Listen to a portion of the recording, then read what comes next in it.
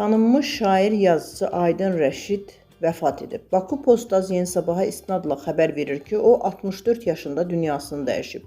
Qeyd edək ki, Aydın Ağasalihoğlu Rəşidov 1962-ci il iyunun 1-də Bakıda anadan olub. Bədii yaradıcılığa ötən əsrin 80-ci illərində başlayıb, mətbuatda şeirləri dərc olunub.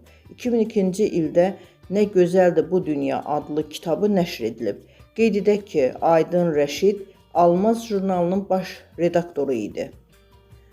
Azərbaycanın hüquq ictimaiyyətinə ağır itki üz verib. Sferas xəbər verir ki, Azərbaycan Respublikası Konstitusiya Məhkəməsinin sabiq hakimi, əməkdar hüquqşünas Rafael Sergeyeviç Qvaladze 15 yanvar 2026-cı il tarixində uzun sürən xəstəlikdən sonra vəfat edib.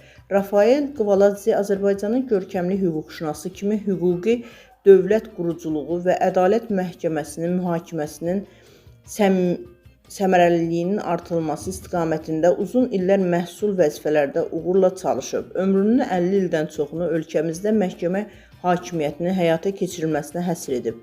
Fəaliyyəti dövrü ərzində Rafael Qvaladze Azərbaycan Respublikasının əməkdar hüquqşünası fəxri adına layiq görülüb. Azərbaycan Respublikası Prezidentinin fəxri diplomu və 1-ci dərəcəli vətənə xidmətə görə ordeni ilə təltif olunub. Səmimiliyi və təvəzzökarlığı ilə hörmət qazanan yüksək insani keyfiyyətlərə malik ədalətli hakim Rafael Qvaladzenin xatirəsi onu tanıyanların qəlbində daim yaşayacaqdır. Məlumatda qeyd olunub.